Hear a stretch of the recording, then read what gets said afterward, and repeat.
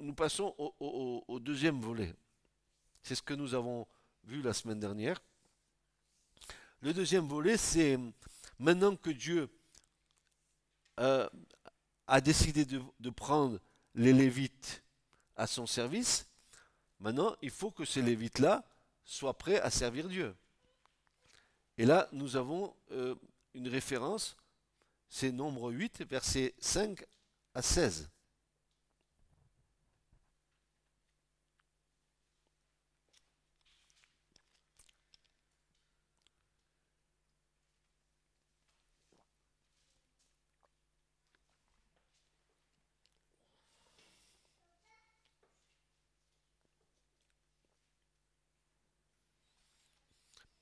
L'Éternel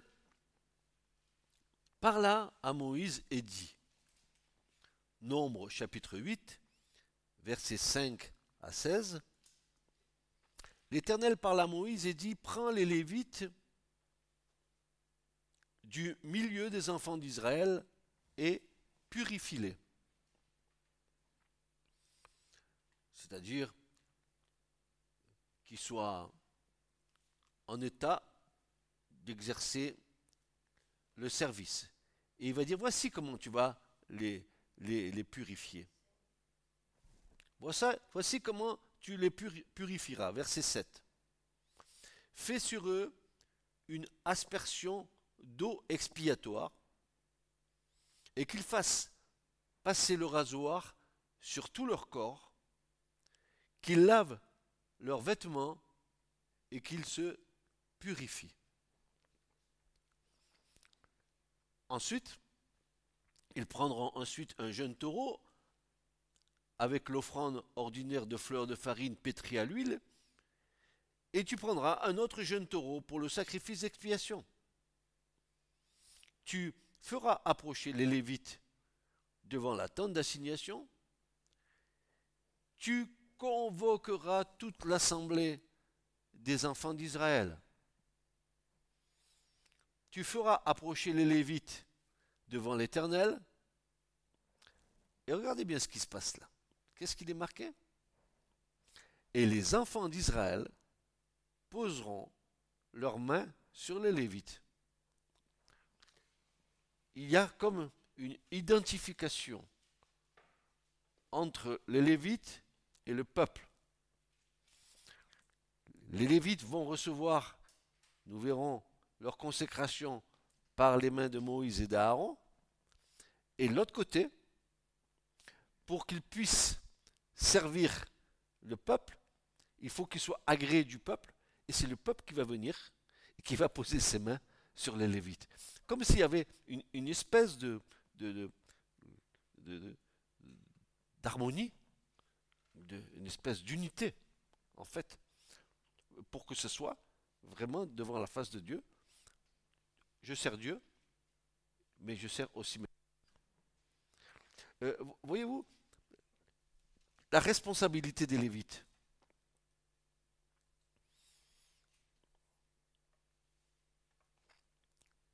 Ils sont entre Dieu et le peuple. Le peuple vient, pose les mains sur les Lévites. Ça veut dire ils sont d'accord avec le choix de Dieu et ils les bénissent. D'autre côté, Dieu va les faire bénir par Moïse et Aaron. En fait, ils ont l'accord et de Dieu et du peuple. C'est quand il y a des accords dans l'Église que ça ne marche pas. Quand il y a un désaccord dans l'Église, ça ne peut pas marcher.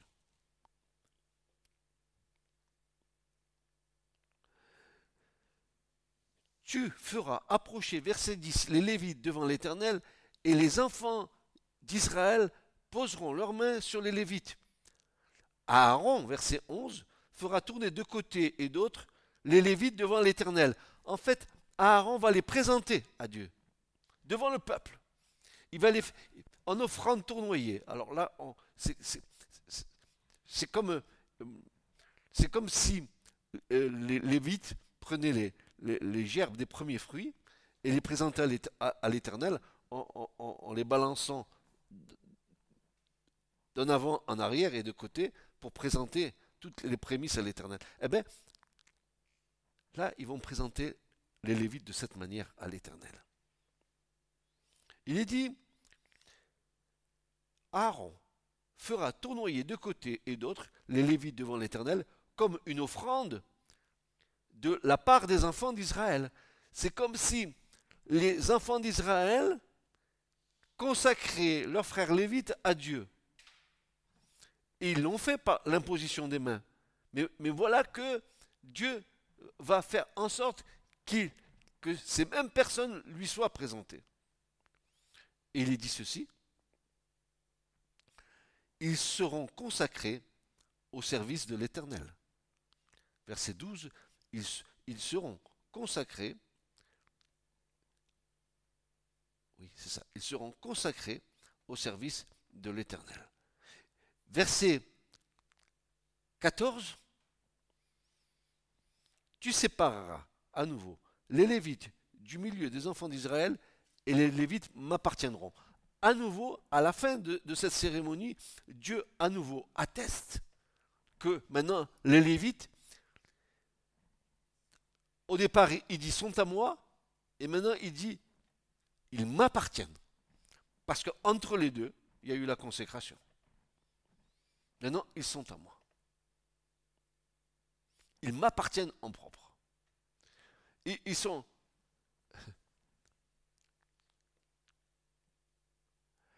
Comme Adam a vu Ève, quand Dieu a séparé Ève d'Adam, que Adam a vu Ève, il va dire ceci, voici la chair de ma chair et les os de mes os. Ainsi, les Lévites sont la chair de la chair des Israélites et les os de leurs os. Ils s'identifient au peuple. Verset 15, après cela, les Lévites viendront faire le service dans la tente d'assignation. C'est ainsi que tu les purifieras et que tu les feras tourner de côté et d'autre comme une offrande. Car ils me sont entièrement donnés du milieu des enfants d'Israël. Je les ai pris pour moi à la place des premiers-nés, de tous les premiers-nés des enfants d'Israël. Pourquoi Dieu dit ça? Parce que tous les premiers-nés qui sortent de la matrice appartiennent à Dieu. C'est Dieu qui a créé ce peuple. Et maintenant, Dieu va déplacer cela sur les Lévites. Ils sont à moi. Donc, je ne prendrai plus les premiers-nés, mais tous les Lévites sont à moi. Ils m'appartiennent à moi. Alors, il y a des choses qui sont étonnantes dans l'Écriture parce qu'il nous faut vraiment avoir les yeux de l'esprit pour bien comprendre certaines choses. Parce que l'Écriture, c'est comme ça. Ça nous interpelle et ça nous rend curieux de savoir ce que ça peut encore nous révéler.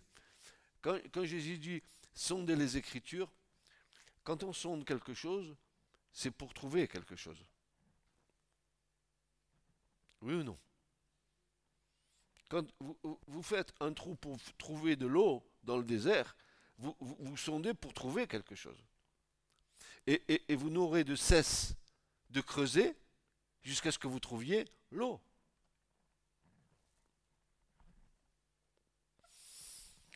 Est-ce que quand vous êtes devant la parole de Dieu, vous faites cette chose-là? Que vous êtes devant la parole et que vous sondez la parole. Est-ce que vous vous contentez de gratter et encore, de gratter le dessus? Ou alors, vous êtes comme les géologues, vous allez percer ce qu'on appelle des trous pour voir les carottes, n'est-ce pas, des couches géologiques pour savoir quel est l'âge de la terre dans les profondeurs. Tu sondes. Jésus a dit, du désert jailliront des sources d'eau vive. Qu'est-ce qui peut sortir du désert?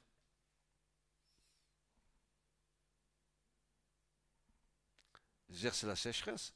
Moi, j'ai fait mon service militaire près du désert du Sahara.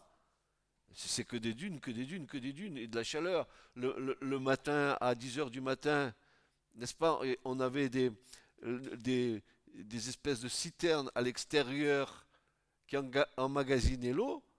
Mais si tu voulais prendre une douche à 10 heures du matin, tu n'avais pas intérêt à y aller. Parce que l'eau faisait 50 ou 60 degrés tellement qu'elle était chaude par rapport au soleil. Tiens, moi je l'ai vécu. Tu avais intérêt à te lever le matin de bonne heure pour prendre une douche. Parce que à 10 heures du matin, on t'amenait à l'hôpital. Hein.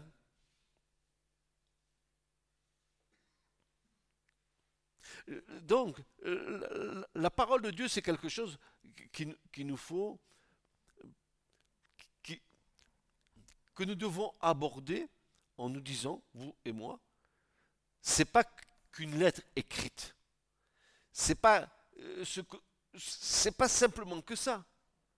Si la parole est Christ, si la parole est Christ, le verbe, le logos, le verbe, alors on doit faire une rencontre avec cette parole. Il y a un moment donné où tu dois la rencontrer. Mais il faut chercher. Si tu ne cherches pas, ben tu ne trouves pas. Si tu ne grattes pas, si tu es dans le désert et que tu as soif et que tu ne grattes pas pour trouver de l'eau, tu vas mourir. Si tu lis jamais la parole de Dieu, que tu te contentes d'entendre, mais tu es mort quoique vivant. Je te le dis honnêtement, tu es mort quoique vivant. Si tu te contentes simplement d'écouter la parole et de jamais la mettre en pratique, d'abord, Jésus a dit heureux celui qui écoute la parole, mais il va dire bienheureux celui et celle qui la mettent en pratique. C'est pas seulement que de l'écouter. Sinon, je m'en vais dehors, je vais écouter les gens parler, c'est pareil.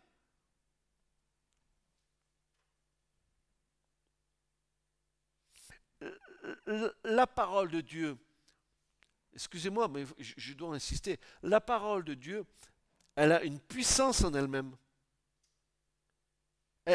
Elle est esprit et vie. Dans quelles conditions tu l'accueilles? Est-ce que tu l'accueilles comme une parole d'homme ou une parole que tu as entendu 50 000 prédications, et c'est rentré là, c'est sorti là, et ça n'a rien fait dans ma vie. Rien n'a bougé. Il y a des gens, ils sont depuis 20, 30 ans dans une église, on dirait des momies sur des chaises.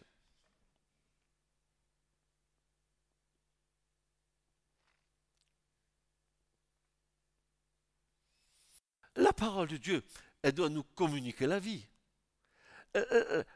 Les paroles de Jésus sont esprit et vie. Une parole qui est remplie de l'esprit de vie doit te communiquer la vie. Mais est-ce que tu cherches la vie?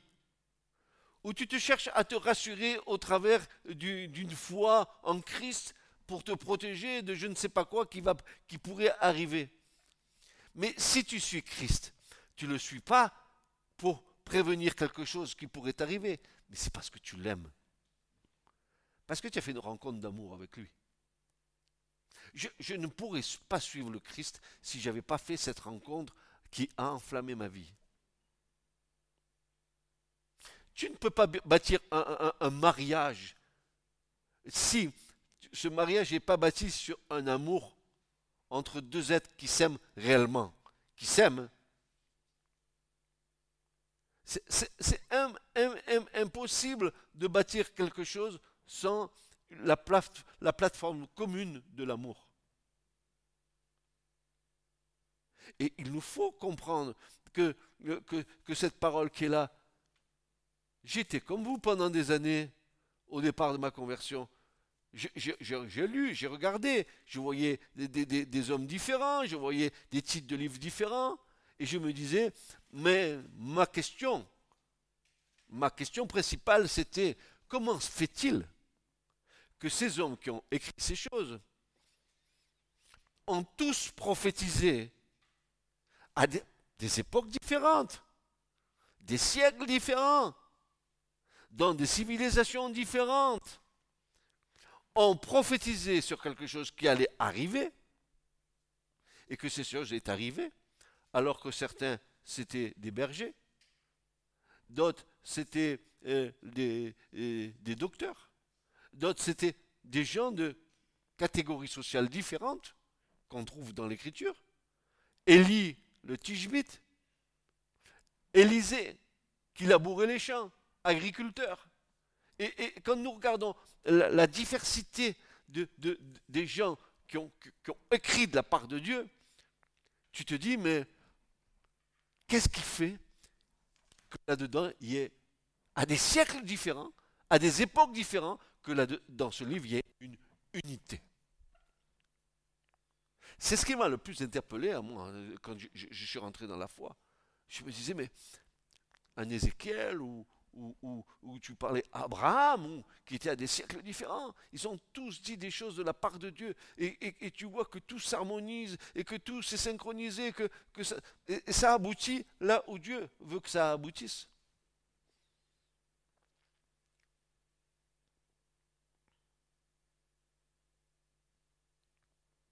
Et tu mesures la patience de Dieu. Et tu mesures que la patience, excusez-moi, je ne suis peut-être pas dans l'enseignement pur, mais tu mesures la patience de Dieu, où Dieu a parlé aux hommes au départ de la création par leur conscience. Après Dieu leur a parlé par le moyen de la loi qu'il a donnée. Et ensuite, à la fin, dans la troisième dispensation, par le moyen de la grâce. Dieu a fait en sorte que toutes les générations aient pu entendre parler du royaume des cieux et de ce que Dieu avait prévu pour sa création qui avait chuté. Depuis le départ de la création, depuis qu'Adam a chuté avec Ève, déjà, il y avait déjà en préfiguration le sacrifice de Jésus. Quand Dieu tue un animal et prend la peau des animaux pour revêtir Adam et Ève qui étaient nus. Qu'est-ce que vous croyez que c'était? C'était déjà un premier sacrifice préfiguratif. Revêtir Christ, c'était la peau de l'animal sacrifié qui était mis sur Adam et Ève. Et aujourd'hui, nous avons revêtu Christ. Vous tous qui avez été baptisés en Christ, dira Paul, vous avez revêtu le Christ.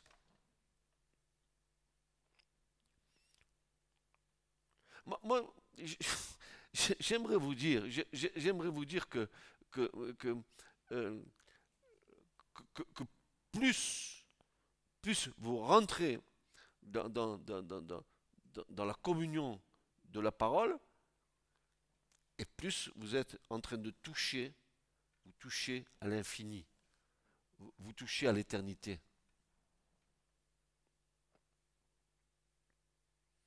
Quand on dit la parole de Dieu, elle est esprit et vie. Mais la parole de Dieu, au commencement était la parole. Et la parole était auprès de Dieu. Et la parole était Dieu. Qui était cette parole? Christ, le Logos. Cette parole qui est là, c'est par cette parole que Dieu a créé les mondes. C'est hébreu. Dieu, la parole de Dieu a créé les mondes. Et si les mondes tiennent, si l'univers tient, c'est parce que la parole de Dieu, elle tient l'univers. Dieu quitte sa parole, tout s'effondre.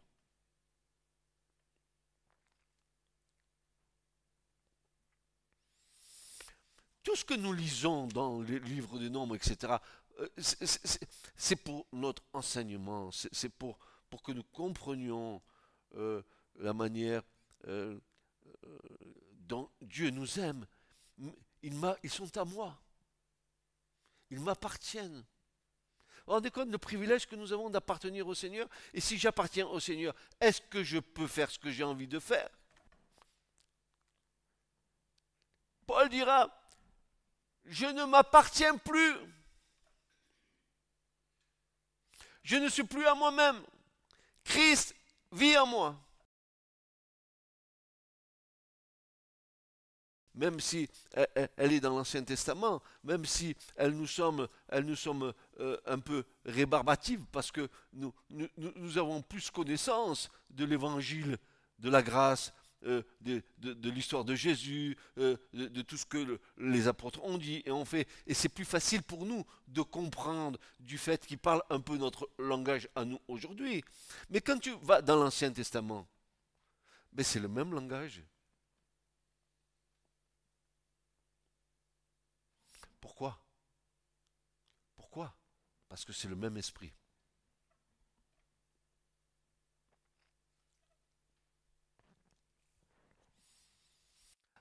Avant d'être présenté en offrande tournoyée, les Lévites étaient purifiés et des sacrifices étaient offerts pour eux. Ils faisaient passer le rasoir sur tout leur corps. Qu'est-ce que ça voulait dire? Et lavaient leurs vêtements. Nous avons déjà rencontré ces images à l'occasion de la consécration des sacrificateurs et de la purification des lépreux. Elles ne correspondent pas à la conversion, mais le rasoir correspond au travail que fait le Saint-Esprit par le moyen de la parole pour que les croyants restent purs. Le travail de la parole, c'est comme le rasoir qui passe sur nous pour enlever toute impureté.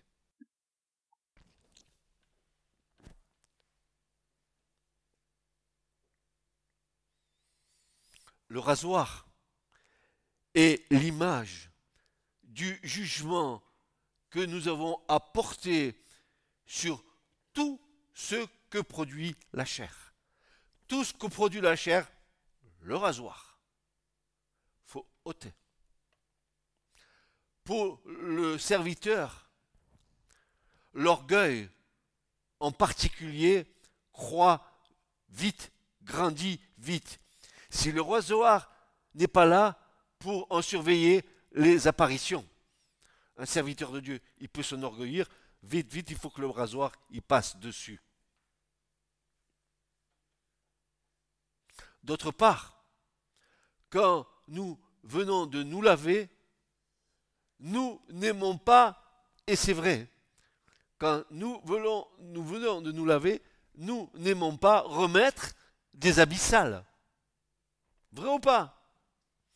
Un tricot de corps, un slip propre. Une fois que tu t'es lavé, tu remets pas tes vieilles affaires de la semaine.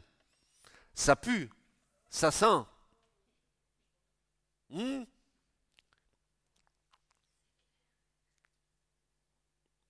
D'autre part, quand nous venons de nous laver, nous n'aimons pas remettre des habits sales. Et pour servir le Seigneur, il nous faut non seulement une bonne conscience, mais également une conduite extérieure irréprochable.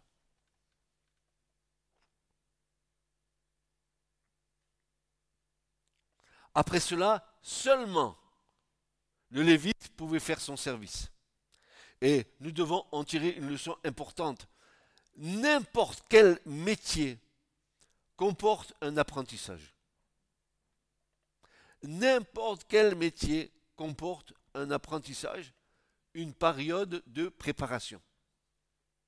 Si tu veux, toi, devenir une experte florale, il faut que ton bac blanc il devienne noir, hein, que tu aies tes diplômes, n'est-ce pas? Tout ton apprentissage est là pour te former à être une fleuriste de qualité. Ok? On est d'accord avec ça? Eh bien, n'importe quel métier comporte un apprentissage, une période de préparation, à plus forte raison. Le service du Seigneur, avant de commencer activement un travail pour Christ, laissons-le faire celui que par sa grâce, lui veut accomplir en nous. Laissons-le accomplir le travail en nous avant de le servir.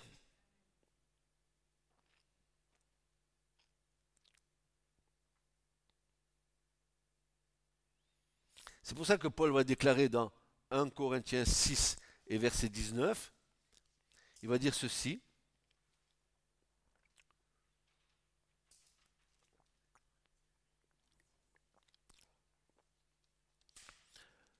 1 Corinthiens 6, verset 19, il dira ceci. Ne savez-vous pas que vous êtes le temple du Saint-Esprit qui est en vous et que vous avez de Dieu et vous n'êtes pas à vous-même, car vous avez été acheté à prix. Tu ne t'appartiens plus. Tu as été acheté par le sang de Jésus. Il a payé le prix pour ça. Tu n'es plus à toi-même, tu lui appartiens. Il est ton Seigneur.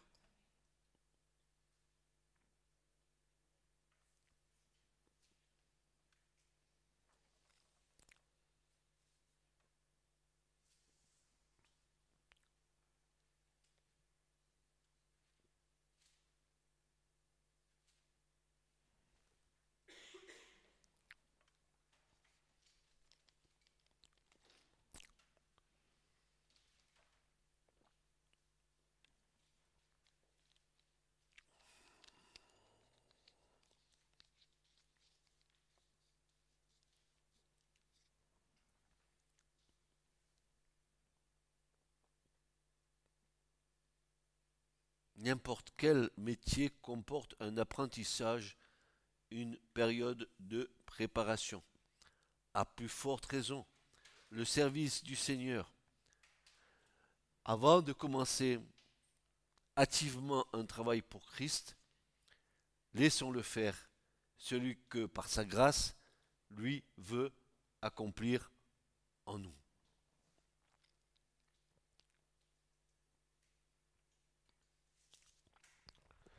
Tous les échecs que j'ai pu voir,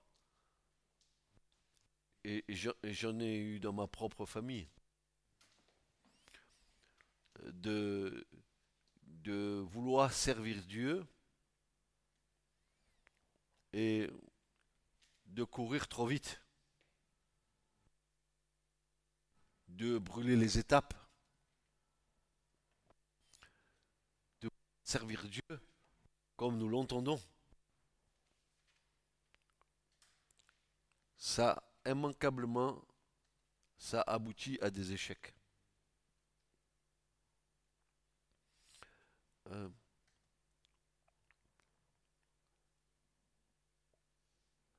le temps de préparation que Dieu fait dans nos vies, c'est ça va aboutir à une maturité spirituelle. La croissance, elle va se faire à partir du moment où Dieu t'a donné le top pour commencer ton appel, mais en collaboration avec le Saint-Esprit, tu vas commencer à avancer, mais il faut que dans ton cœur, il y ait des éléments d'amour, de feu pour le Seigneur. Tu ne peux pas, tu ne peux pas servir le Seigneur s'il n'y a pas un feu allumé en toi. C'est impossible. Impossible de vouloir servir Dieu avec tes propres efforts, ta propre intelligence. Impossible de le servir comme ça. Pour que tu aies une croissance spirituelle, il faut d'abord que tu sois né de l'Esprit de Dieu. Ça, c'est évident. Et une fois né de l'Esprit de Dieu, il faut que tu laisses Dieu te pétrir, te malaxer, faire de toi une œuvre, un vase d'honneur pour que tu puisses le servir, pour qu'il déverse en toi ce qu'il veut déverser en toi. C'est pareil. Un, un vin est bon lorsqu'il a vieilli en cave et en fût pendant des années et des années. Après, tu le vois, les bouteilles de vin qui coûtent des sommes astronomiques parce qu'elles sont de 100 ans en arrière. Mais toi, en tant que serviteur de Dieu, Dieu dépose en toi quelque chose. Et ce qu'il va déposer en toi va va maturer avec l'aide du Saint-Esprit et avec ta coopération que tu as avec Dieu.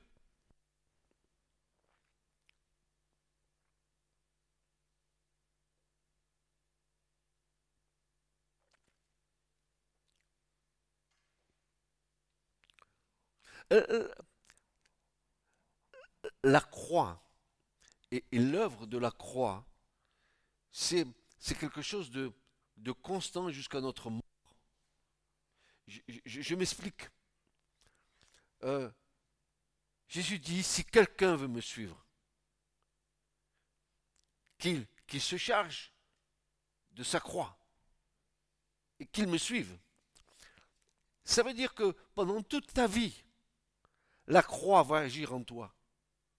Pendant toute ta vie, l'œuvre de la croix va agir en toi. Et il va dire, mais si quelqu'un ne haït pas son père, sa mère et ses frères plus que moi, il n'est pas digne de moi. Qu'est-ce que Jésus veut dire? Pas haïr dans le sens, je l'ai haï. Il va dire, si vous m'aimez moins que votre famille, haïr veut dire aimer moins dans le terme hébreu. Aimez moins. Si vous m'aimez moins que votre père, votre mère et vos frères, vous n'êtes pas digne de moi.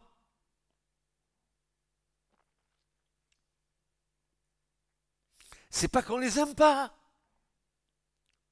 Mais la priorité, est-ce que je peux aimer mon père et ma mère plus que le Seigneur qui a donné sa vie à la croix pour moi, pour mon salut? Dites-moi, répondez à cette question.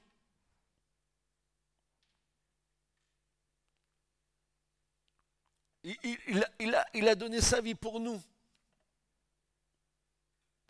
Et nous voudrions aimer nos parents, n'est-ce pas, malgré l'amour que nous leur devons, nous voulons aimer nos parents plus que Jésus? Non, c'est pas possible. On ne parle pas du même amour. On parle d'un amour charnel. Et de l'autre côté, on parle d'un amour spirituel. C'est pas possible, c'est pas la même chose.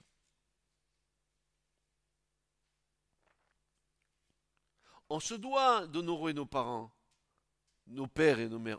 Ils nous ont donné la vie, on se doit, mais on ne va pas les aimer et les faire passer avant Christ. C'est impossible. D'ailleurs, c'est quasiment impossible pour ceux qui ont fait une vraie rencontre avec Christ. La question, elle se pose même pas. Il ne se pose même pas.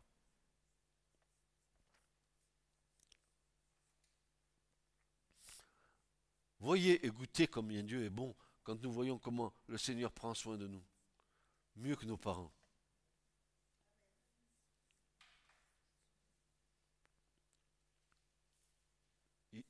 Dans les moindres détails de nos vies, on voit sa main qui agit. Pourquoi? Nous sommes ces Lévites. Ils sont mon trésor particulier. Ils me servent. Alors, le service, mes amis, dans le tabernacle, il n'y avait pas simplement des sacrificateurs, des Lévites qui étaient là pour les sacrifices, mais il y en avait qui nettoyaient, qui jetaient des bidons d'eau pour le sang qui coulait, il y en avait d'autres qui passaient le balai. Et ils étaient la part de Dieu.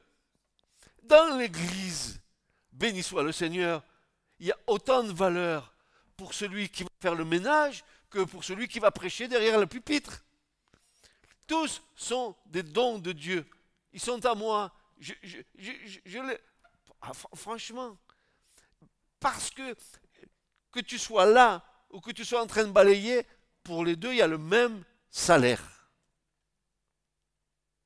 Que j'ai pu commencer mon ministère ou mon service il y a 30 ans en arrière et que tu viennes à la fois maintenant avec un cœur entier pour Dieu et que tu fasses dans l'église des choses qui font pas flasher la lumière sur toi, nous sommes pareils.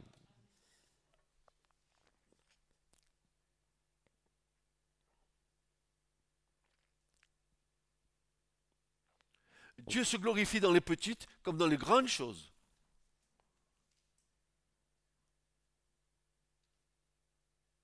Il faut bien que tu entendes tout ça, Remedios, parce que quand tu partiras au Mexique, tu entendras des choses.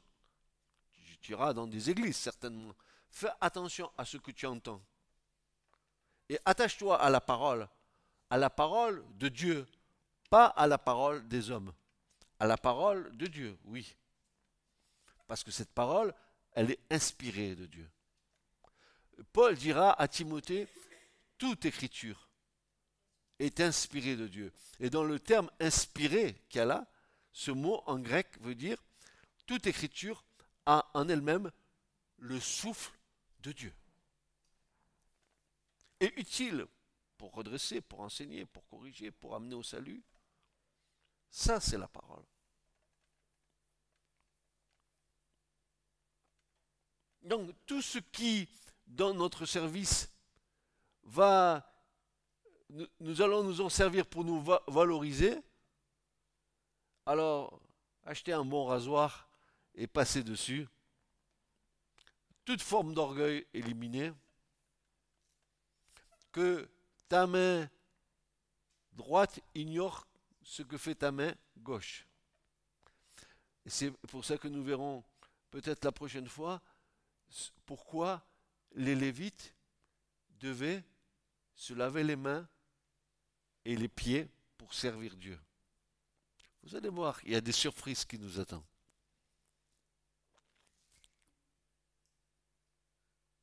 En tout cas, une fois qu'on a été lavé, on ne reprend pas les vieux vêtements. Il y a un passage de l'Écriture d'ailleurs où on voit une scène pareille. Ça c'est intéressant, ça me revient à l'esprit. Allons dans Zacharie, le prophète, vous allez voir.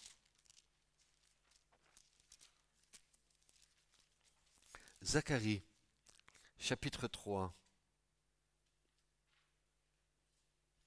À partir du verset 2 jusqu'au verset 5. Tiens, quelqu'un veut bien le lire? Zacharie 3, verset 2 à 5.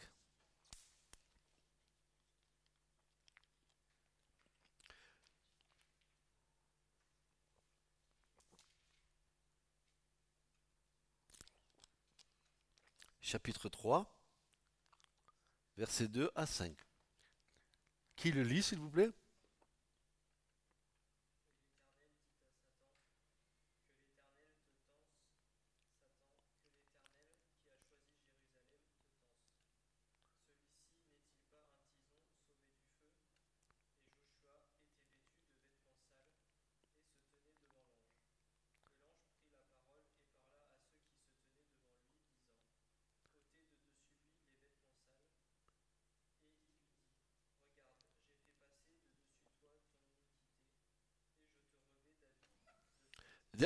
Les vêtements sales, ici, c'est les vêtements de l'iniquité.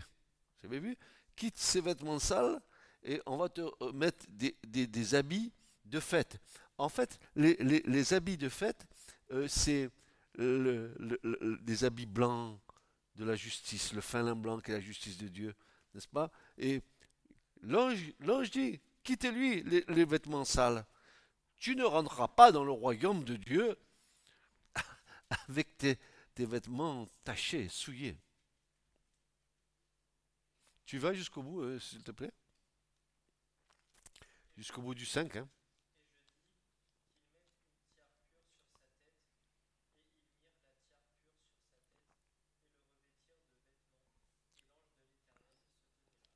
Voilà. Donc, question de quitter les vêtements sales, de ne pas servir Dieu avec des vêtements sales. Parfois, on a l'air d'avoir des beaux vêtements bien, hein? On a acheté ça chez Shop Home point privé, là ou je sais pas quoi, .com, hein? On fait beau, on fait la belle, et on est là, et pourtant les vêtements, ils sont en réalité sales.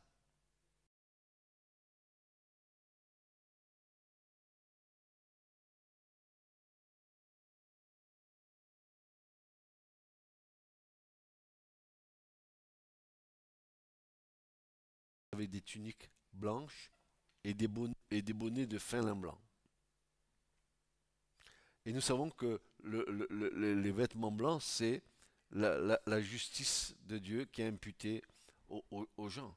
Quand ils ont été purifiés et consacrés au Seigneur, ils avaient ces vêtements blancs qui étaient le signe distinctif qu'ils avaient été mis à part pour Dieu.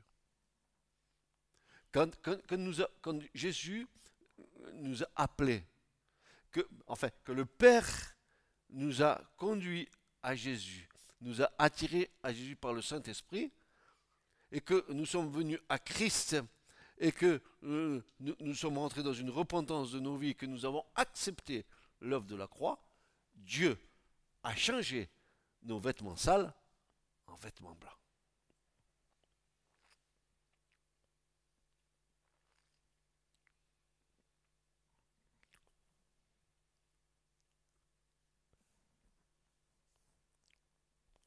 Je vous rappelle la signification du mot lévite, attaché. Nous sommes attachés à Dieu, attachés à lui.